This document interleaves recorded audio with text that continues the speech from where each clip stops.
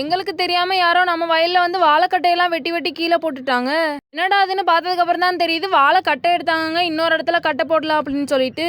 நானே ஒரு அதிர்ச்சியில என்னடா வாழைக்கட்டையெல்லாம் வெட்டி கீழே கிடைக்கேன்னு பார்த்துட்டு இருந்தேன். எங்க அம்மா மிளகாய பறிக்கிறேன்னு பறிச்சுட்டு இருக்காங்க. அப்புறம் தாங்க தெரியுது எங்க அம்மா கேஷுவலா இருக்கிறத பார்த்து நம்ம தான் ஆள் விட்டு பறிச்சிட்டு இருக்கோம் அப்படின்னு. பிஞ்சக்காட்டில் இருக்க வாழைக்கட்டையில தார் போட்டுருச்சுங்க, அதையும் வித்தாச்சு. சைடில் இருக்க வாழைக்கட்டையெல்லாம் எடுத்து வயலில் வாழைக்கட்டை போட்டுடலாம் அப்படின்னு சொல்லிட்டு தான் இன்னைக்கு கட்டையெல்லாம் எடுக்க ஆரம்பிச்சிட்டாங்க. நம்ம பிஞ்சக்காட்டில் செவ்வாழையுமே போட்டிருந்தோம், செவ்வாழையுமே சூப்பராக வளர்ந்து வந்துருச்சு. அதில் இருக்க கட்டையை தான் இப்போ எடுத்துட்டு இருக்காங்க, மற்றது எல்லாத்தையும் அப்போதான் எடுத்துட்டு வந்துட்டாங்க. வாழைக்கட்டைக்கு சைடில் இருக்க கட்டையை 1-2 மட்டும் எடுத்துட்டு மற்றது எல்லாத்தையும் அப்படியே மண்ணை வச்சு மூடி வச்சிருவாங்க, இல்லைன்னா தார் சாஞ்சிரும்னு.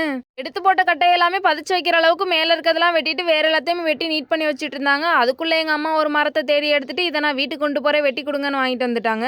நம்ம பிஞ்சக்காட்டில் இன்னைக்கு நிறைய பேர் வாழைக்கட்டை எடுக்க வந்திருந்தாங்கங்க.